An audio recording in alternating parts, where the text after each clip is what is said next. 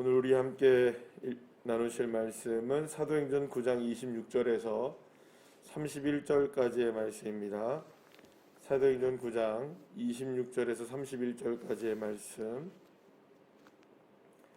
우리 다같이 함께 합독하시겠습니다.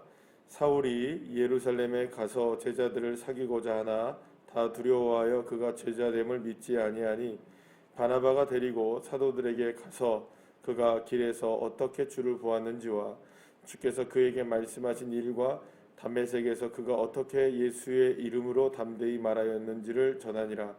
사울이 제자들과 함께 있어 예루살렘에 출입하며 또 주 예수의 이름으로 담대히 말하고 헬라파 유대인들과 함께 말하며 변론하니 그 사람들이 죽이려고 힘쓰거늘 형제들이 알고 가이사랴로 데리고 내려가서 다소로 보내니라.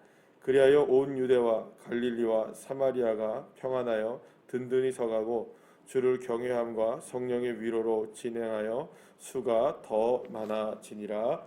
아멘. 할렐루야. 스데반의 순교로 시작된 예루살렘 교회와 성도들을 향한 박해는 성도들을 완전히 뿔뿔이 흩어지게 했습니다. 그래서 사실은 성도들이 무엇인가를 목적을 가지고 흩어진 것이 아니었습니다. 사실은 처음에는 이 박해를 피하여 살기 위해서 피신을 떠난 거나 다름이 없었습니다. 그런데 오히려 이 엄청나게 크게 다가온 박해와 환란이 오히려 오늘 이제 본문을 통해서 우리가 확인할 수 있는 것 중에 하나는 31절 말씀에 이렇게 나오죠. 온 유대와 갈릴리와 사마리아 교회가 평안히 든든하게 서가게 되었다. 처음에는 스데반이 있었을 때의 교회는 어디로 계속 모여들고 있었습니까? 예루살렘의 교회로만 모여들고 있었는데 이제는 사마리아와 유대 그리고 또 갈릴리에 여러 군데에 예수 믿는 사람들이 많아지게 되었고 그곳마다 무엇이 세워지게 된 겁니까? 교회들이 이제 세워지게 된 것이었습니다. 그래서 오히려 처음에 다가왔던 그 큰 환란이 그 큰 박해를 통한 큰 환란이 큰 환란으로만 끝난 것이 아니라 오히려 우리 지난주 주일날 함께 말씀을 나눴던 것처럼 큰 기쁨이 된 것을 오늘 본문을 통해서 이렇게 확인하게 된 것입니다. 그런데 이렇게 이런 놀라운 그 변화의 역사의 중심에는 누가 있었느냐? 바로 처음에도 사울이 있었고 그 상황 속에서 오늘의 말씀에서도 보면은 누가 등장합니까? 사울이 있었던 것을 보게 됩니다. 가장 큰 핍박자이고 또 이 모든 일에 앞장을 서서 교회를 힘겹게 만들었던 이 사울의 변화는 너무나 드라마틱하고 너무나 극적인 변화라고 말할 수가 있는 것이죠. 그래서 이제 이 사울이 예수님을 믿게 된 것이야말로 정말로 놀라운 변화가 아닐 수가 없었던 겁니다. 그래서 우리가 어제도 함께 말씀을 나눴던 것처럼 사울이 이제 변화가 된 것을 사실은 유대인도 믿을 수가 없고 또 같은 동료인 같은 동료였던 유대인들도 믿을 수 없는 일이었고 또 박해를 당하는 입장에 서 있었던 그리스도인들도 믿지 못하는 것은 매 마찬가지 하나였습니다. 그런데 오늘 본문에 보면은 이제 사울이 누구에게로 옵니까? 피신을 해서 또 오는 거죠. 유대인들이 누구를 죽이려고 하니까 자신들의 배신자라고 생각하는 이 사울을 죽이려고 하니까 이제 사울이 이제 다시금 예루살렘에 와서 제자들 그러니까 사도들을 사귀려고 했던 겁니다. 그러나 사도들조차도 누구를 믿지 못하는 겁니까? 사울을 믿지 못하는 거예요. 그럴 수밖에 없겠죠, 여러분. 지금 누구 때문에 이 난리가 사단이 일어났는데, 이 사울 때문에 일어난 일이었는데, 그러니까 물론 사울이 모든 책임이 있는 것은 아니지만 사울이 모든 일에 있어서 앞장을 서고 있었던 건 분명한 일이었습니다. 스데반을 죽일 때나 혹은 실제로 같이 함께 신앙생활을 하고 있었던 많은 성도들이 옥에 갇혀지고 죽게 되는 상황의 이 큰 박해가 이 사울의 리더십에 따라서 모든 것들이 이루어진 것이기 때문에 실제로 사도들과 제자들 그리고 또 성도들은 사울을 두려워할 수밖에 없었던 겁니다. 자, 그런데 그때 바로 누가 등장하느냐? 바나바가 등장하여서 사울이 어떻게 예수님을 만나게 되었는지 그리고 어떻게 길에서 주님을 만나게 되었는지와 또 담메색에서 어떻게 이 예수 그리스도를 담대하게 증거하게 되었는지 이 사람이 증언하는 이 모습들이 어떤 모습인지를 옆에서 이제 함께 설명해 주는 사람이 등장하게 된 것이죠. 여러분들 아시다시피 이 바나바는 어떤 사람이었습니까? 초대교회 그 가장 예루살렘 교회에서 존경받는 인물 중에 하나였습니다. 아시는 대로 이 사람은 자신의 모든 재산을 팔아서 하나님 앞에 드렸고 그 바쳐진 제물로 재산으로 인하여 많은 사람들이 힘을 얻게 되어지는 그런 위로를 받는 그 사명을 감당했던 사람이었기 때문에 이 바나바의 영향력은 컸다라고 볼 수가 있습니다. 그래서 이제 결국에는 이 바나바의 이게 헌신적인 이 사울에 대한 소개를 통하여서 결국에는 사울이 예루살렘에서 함께 사도들과 출입을 하게 되는 그런 일들이 벌어지게 되는 것입니다. 그래서 결국에는 이 여러분들 그 교회가 든든하게 서가고 있는 이런 모습들을 이렇게 쭉 보게 되면 모든 것들이 하나님의 은혜 가운데 다 진행되고 있는 것을 보게 됩니다. 그러니까는 결국에는 환난도 하나님은 환난으로 끝나는 것이 아니고 또 사람이 이렇게 소외되고 있는 이런 모습들도 그냥 소외시키지 않으시는 하나님이십니다. 누군가가 함께 하게 되고 또 하나님의 은혜가 이 사람들을 통해서 어떤 상황에 함께 있는 것을 우리가 보게 되는 것이죠.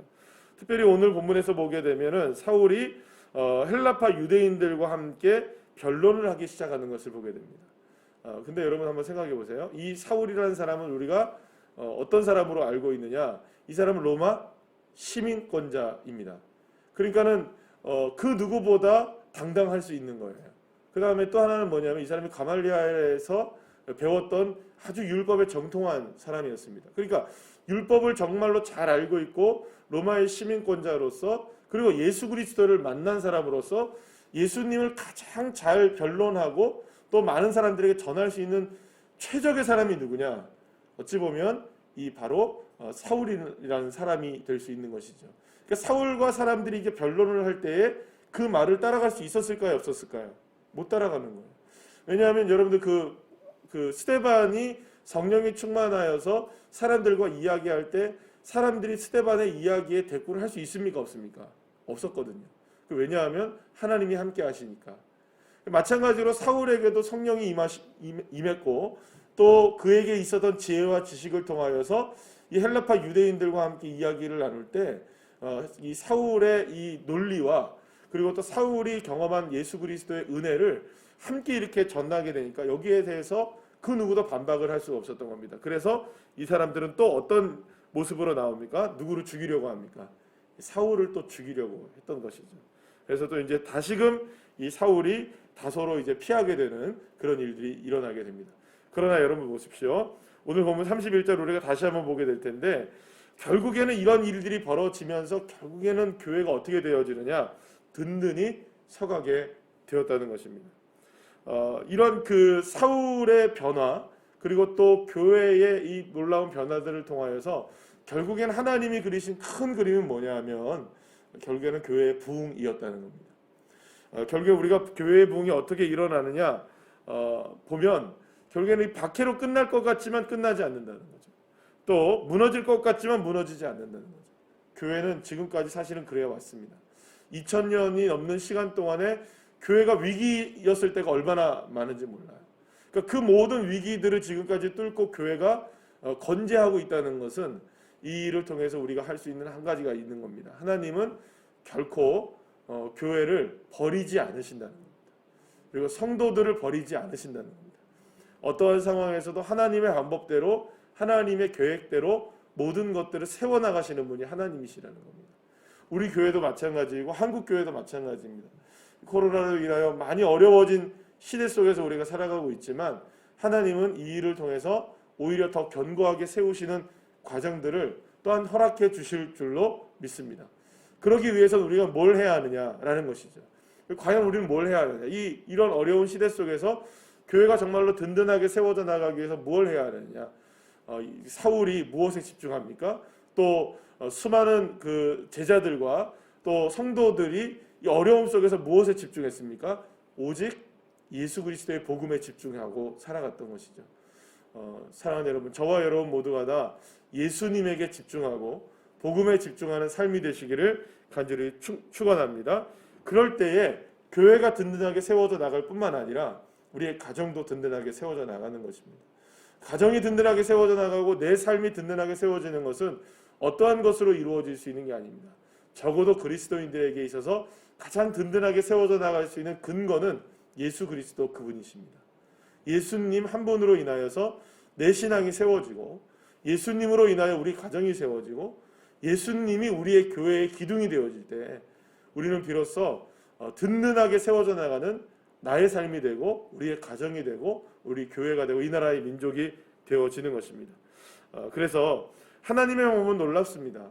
예루살렘 한 곳에만 집중되어 있었던 이 교회를 하나님의 방법으로 이렇게 순식간에 온 유대와 갈릴리와 사마리아를 통하여서 교회가 세워지게 하시는, 이제 어디가 남습니까? 예수님이 말씀하신, 승천하시면서 말씀하신 그것에서 딱 하나가 남죠. 어디 남습니까?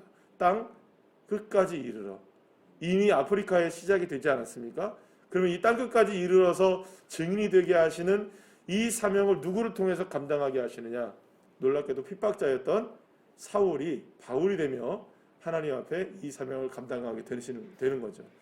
사랑하는 여러분, 저와 여러분의 삶에도 이러한 하나님의 놀라운 계획들을 주님이 지금 이루고 계신 줄로 믿으시길 바랍니다. 이 믿음을 가지고 오늘 하루도 넉넉히 승리하는 주의 자녀들 되시기를 간절히 축복합니다. 기도하시겠습니다.